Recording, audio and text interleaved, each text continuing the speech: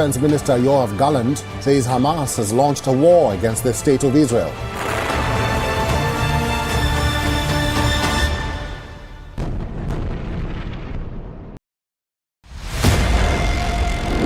It's easy to tell you a flat story. It's easy to show you what's happening around the world. We do the difficult part. This weapon has been banned, but the US, Ukraine and Russia do not find the bombs problematic. We also tell you why what's happening. New drug is making a difference in the fight against Alzheimer's. This medicine helps slow down a patient's cognitive decline. We look beyond the text. We give you context. Is China preparing for a war in the Himalayas? And tonight, we come to you with some proof. Hypocrisy is stunning. Do leaders mean what they say? Do they ever say what they mean? To find out how real news affects you, your decisions, Just when Iran took one step in the right direction, its moral police is planning to drag it further back. And once again, the victim will be women. watch Gravitas. Welcome and thanks for tuning in.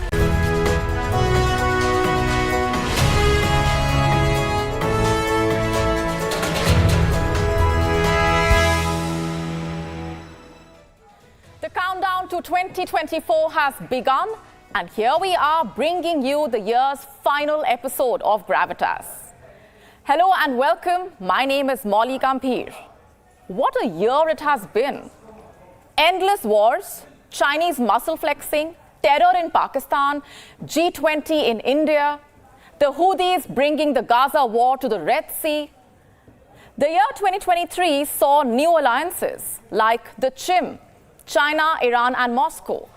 2023 also saw deals going sour, like the Brexit, Italy's exit from the BRI. Gravitas was your constant friend through it all. Every weekday at 9 p.m. IST, we helped you read between the lines, make sense of the news that shaped 2023. So tonight, here we are with a quick rewind of the year that was. We bring you a mix of your favorite stories from 2023. From geopolitics and trends to science and health, we have it all. So let's recap the best of Gravitas 2023. 6 months ago, we told you about an alliance that's taking shape. CHIMS, China, Iran, Moscow, Saudi Arabia. We've seen developments which confirm that new equations have been established with long-term strategic consequences. Now, you see, Moscow has stepped forward to seal its part of the deal. The Russian President Vladimir Putin, who has preferred to stay in his own country ever since the International Criminal Court, remember, issued orders for his arrest on the charge of kidnapping Ukrainian children to Russia during the war, has stepped out of Russia to visit the UAE and Saudi Arabia. This unusual trip abroad for the Russian president was supposed to be a great show of support between the two countries at a time when the Ukraine war has forced the world to pick sides. And after the UAE, Putin went to Saudi Arabia. He met with the Saudi Crown Prince, Mohammed bin Salman. Discussions in Riyadh also touched on the topic of oil, the war in Ukraine, and the war in Gaza. Remember, they are all part of the oil cartel consisting of 13 of the world's major oil exporting countries known as OPEC+.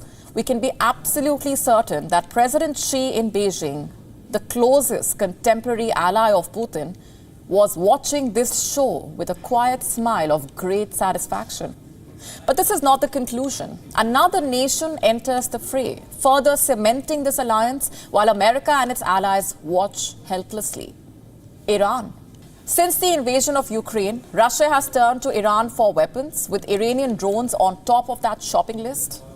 They have helped turn the tide of the war in Russia's favor. This is addressed by economic partnerships as both nations confront a cascade of sanctions led by the US and its allies. CHIMS is an axis that is ready to curb America's sole superpower status and dominance. Equally important, Iran is also at the hub of this geopolitical realignment.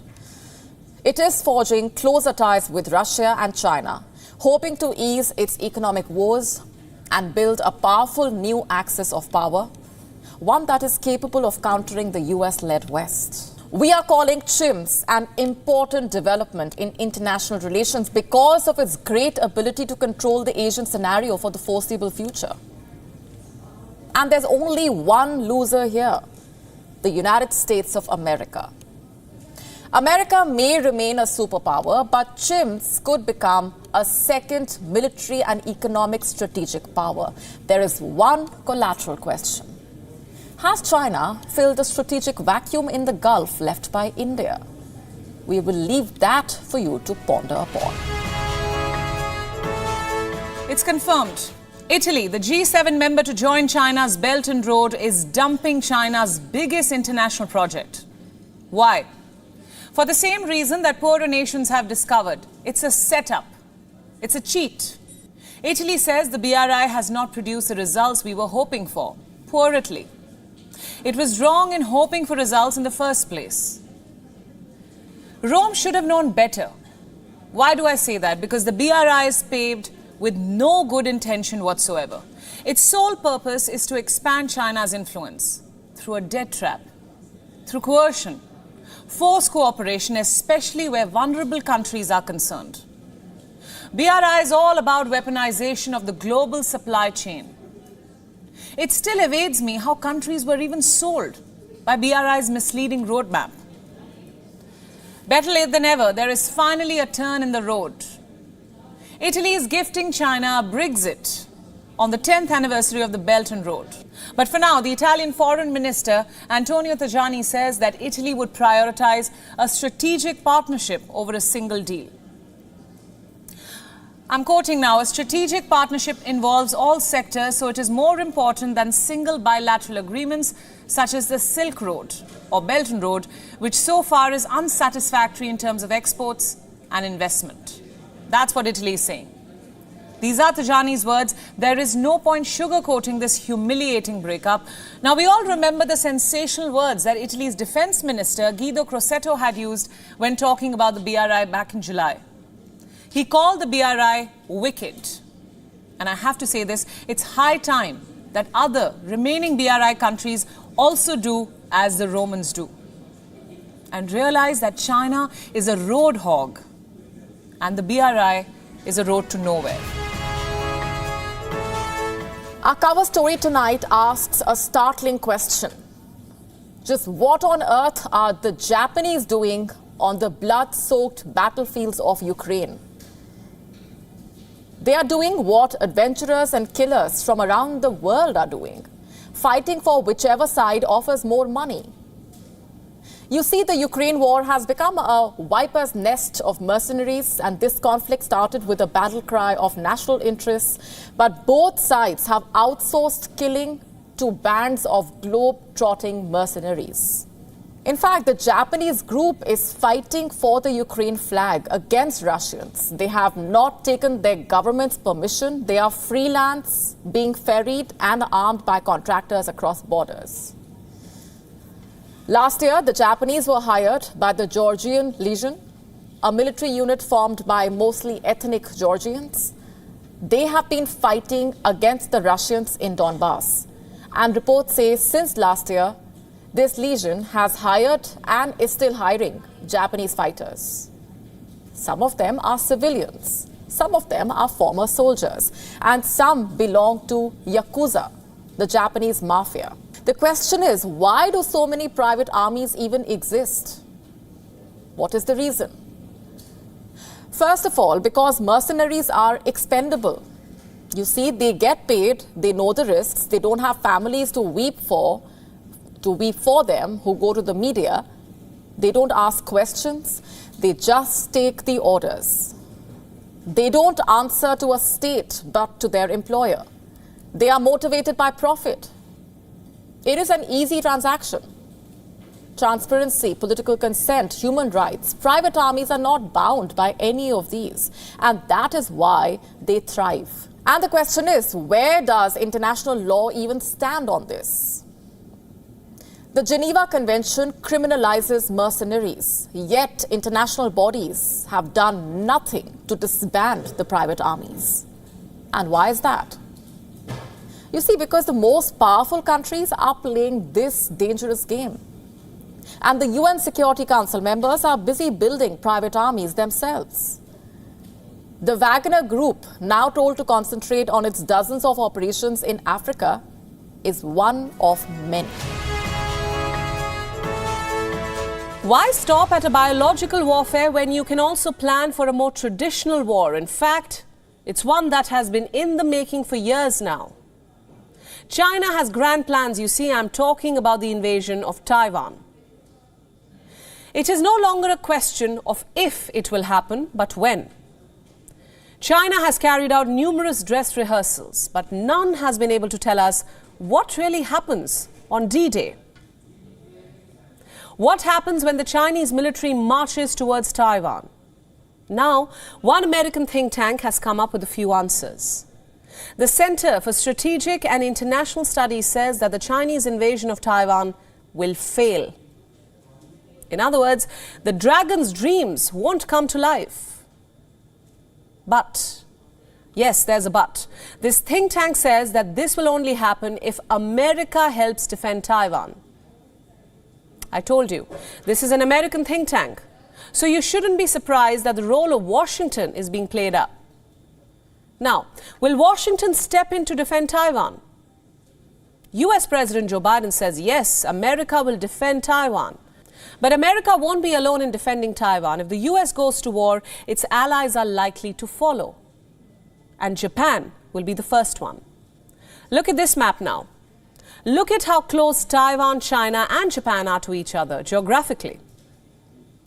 The Japanese prefecture, Okinawa, is just 600 kilometers from Taiwan. Goes without saying, stray bullets will land there too. And Japan will be dragged in. So what is Japan doing about it?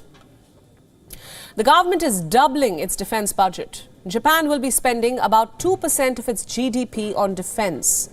The country has also increased the defense ministry's share to about 1/10 of all public spending. Now let me come back to the assessment by this American think tank. The Center for Strategic and International Studies says that Japan will experience enormous losses in the Taiwan war. But Japan will not be the only one bleeding. China will also destroy the US air bases in Japan. We are talking as far as Guam. This think tank believes that China would also sink 2 US aircraft carriers, between 10 and 20 destroyers and cruisers. So what about the Chinese casualties? The think tank believes that China's invading force would be destroyed even before it manages to capture any significant part of Taiwan. As for Taipei, the Chinese army will never be able to make it to the capital city. Now the obvious question is, how did these people arrive at this conclusion while sitting in America? Well, they played war games. They tested 24 scenarios, all focused on one goal: China's attempt to seize Taiwan.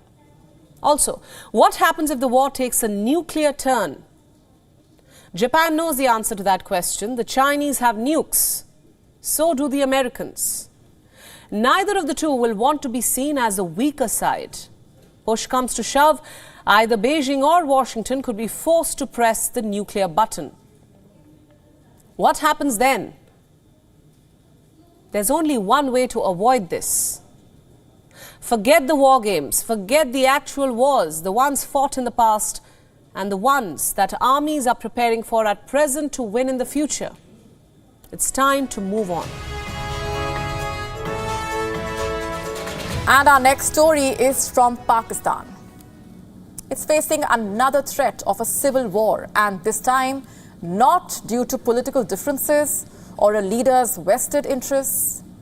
This time due to the alleged targeting of Shia Muslims.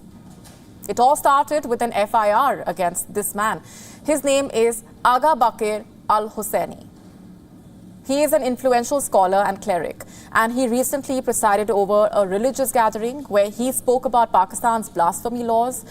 He basically said the laws had been made stricter, apparently to target the Shia community. And soon enough, he was booked for saying this. An FIR was lodged against him. It alleged that he made objectionable remarks against Prophet Muhammad. And since then, Gilgit-Baltistan has been in the grip of unrest. Have a look at these images. They show thousands of Husseini's followers staging a protest on the streets of Skardu. They raise slogans against the Pakistan army and the politicians and even threaten to merge with India if their demands are not met.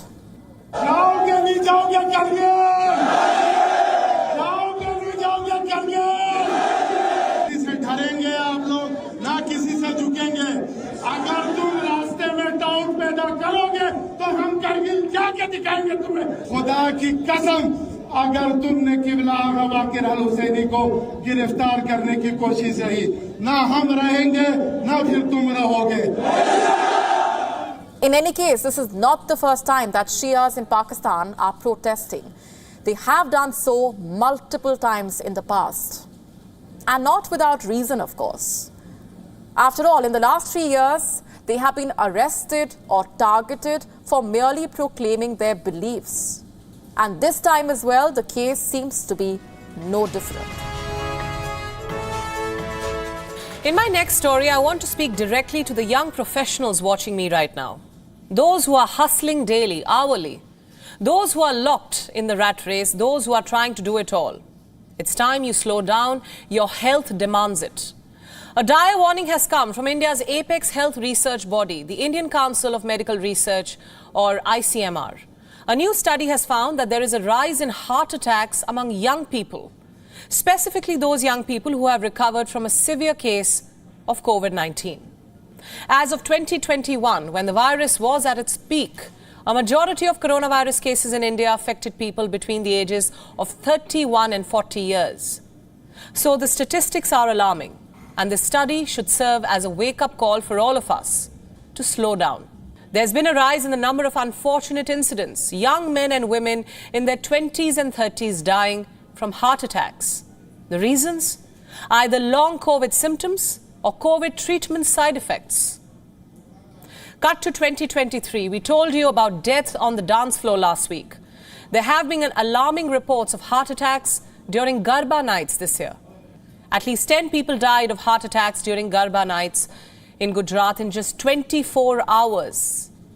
The youngest victim was 17 years old. Imagine that, a heart attack at 17. Let me now circle back to the ICMR study. It was focused on answering one question: why are young adults between 18 and 45 years dying of heart attacks in India? There are multiple reasons, including family history of sudden death, being hospitalized for COVID-19 in the past, binge drinking, and intense physical activity. The study also specifies that COVID-19 vaccination did not increase the risk of sudden death among young adults. In fact, it reduced that risk. Research also shows that several COVID-19 patients are still complaining of fluctuating heart rates. And this is not related to exertion of any kind. So if you have shortness of breath, do consult your doctor immediately.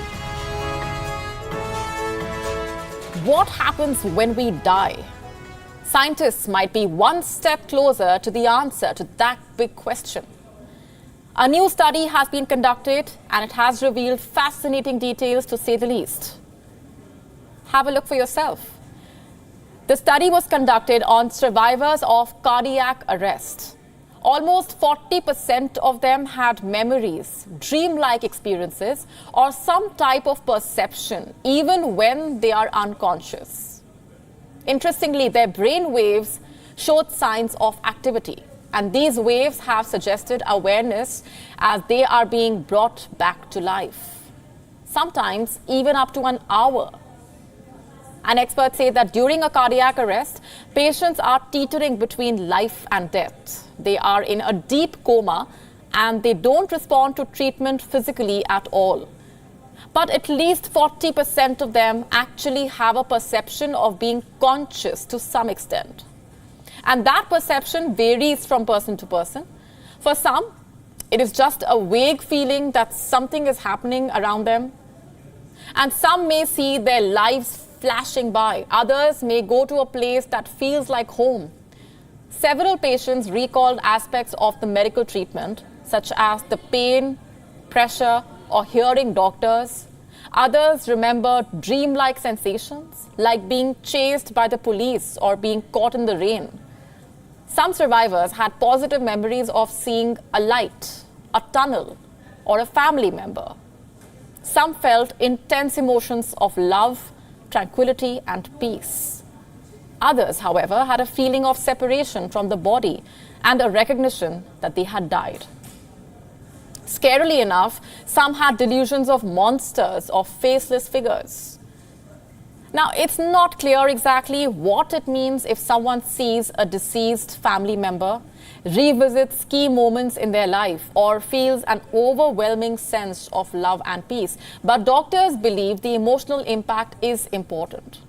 And the main takeaway is survivors retain some memories of CPR, and this could be a source of emotional stress for some. Another key finding was of spikes of brain activity. Doctors observed gamma, delta, alpha, and beta waves up to an hour into CPR. And some of these brain waves normally occur when people are conscious and performing higher mental functions. This includes thinking, memory retrieval, and conscious perception. In fact, a 2013 study which examined electrical signals inside the heads of rats, also found that the rodents entered a hyper-alert state just before death. So what explains this? Is there a realm beyond this one? Do people go into some other dimension briefly only to come back? Because their heart certainly stops, breathing also ceases. Yet they retain some level of consciousness and come back. Are these lucid experiences indicative of a life after death? Or are they just a trick of a dying brain? What do you think? They say there's no place like home. It rings true for non-resident Indians as well. A lot of Indians settle abroad. Better living standards, high-paying jobs attract them. But once they have saved enough, many want to return to their homeland after retirement. 80% of NRIs based in Australia plan to return to India after retiring. We have the same figure for Singapore. From the US, 75% of NRIs want to come back. From the UK, the figure stands at 70%. From Canada, it is 63%. So why do so many Indians want to come back home? It's as much for financial as for emotional reasons. You see, India is formulating a strong strategy to stabilize its economy. It has become an emerging global startup hub to reckon with. There are stellar manufacturing capabilities, financial services, and technology advancements. Simply put, there are promising investment opportunities for NRIs who have earned in dollars. Investment in India can bring huge profits. Then, of course, there is low cost of living. NRIs who have earned in dollars all their life and have thousands saved up in their retirement funds can afford a better life in India. Much better. In fact, far better than they would have in the United States or even the United Kingdom. Why do I say that? Because inflation is already soaring in the West. People are struggling to make ends meet. There is also better and more accessible healthcare. In America, the average wait time for emergency room is 145 minutes. In the UK, it's 70 minutes. In fact, last year, nearly 40% of NHS hospital departments in England had an average treatment waiting time of more than 18 weeks. For some, it was well over 30 weeks. In India, the waiting period lies between 15 and 20 minutes. India has the largest diaspora population in the world. Because of this trend, with doctors, engineers, and tech-savvy individuals moving out, India has grappled with brain drain. But now the good part is a lot of the NRIs want to come back, even if it's after retirement. Home is, after all, home. And with that, it's a wrap on this edition and also on the year 2023. We will see you in 2024. Thanks very much for watching. And here's wishing each one of you a very happy new year.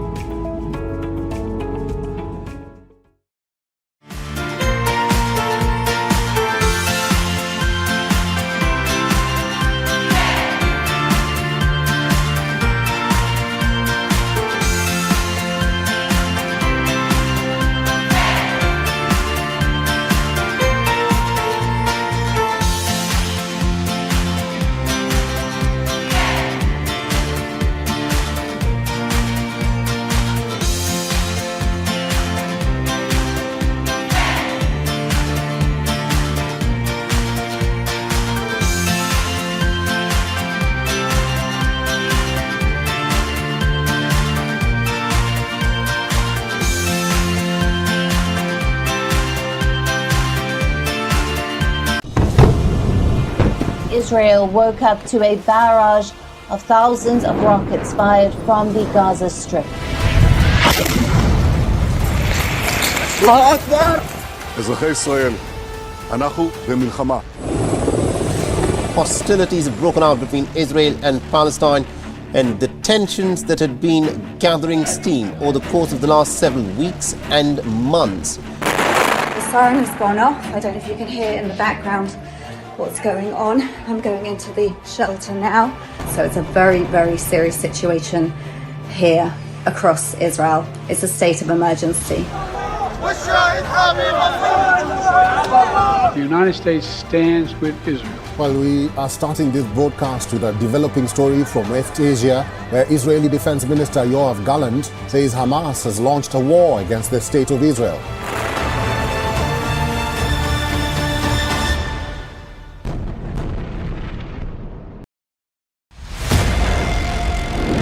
It's easy to tell you a flat story. It's easy to show you what's happening around the world. We do the difficult part. This weapon has been banned, but the US, Ukraine and Russia do not find the bombs problematic. We also tell you why what's happening. New drug is making a difference in the fight against Alzheimer's. This medicine helps slow down a patient's cognitive decline. We look beyond the text. We give you context. Is China preparing for a war in the Himalayas? And tonight, we come to you with some proof. Hypocrisy is stunning. Do leaders mean what they say? Do they ever say what they mean? To find out how real news affects you, your decisions, Just when Iran took one step in the right direction, its moral police is planning to drag it further back. And once again, the victim will be women. watch Gravitas. Welcome and thanks for tuning in. We don't impose our views. Did India threaten to ban Twitter? Either that or Jack Dorsey is lying to you. That is Gravitas. We let life breathe through our show. Gravitas, the informed show for an intelligent audience. Hello, welcome to This World. Vladimir Amelyan joins us from Kiev, and he is currently on the front line fighting Russian troops. We believe that the world should be ruled by democracies. I was interviewing you on television a couple of weeks back. That's right. And you said, if you really want to understand Jerusalem, why don't you come here and see it? And you came. Here I am. Mass shooting after mass shooting after mass shooting. Why this cannot be fixed? They are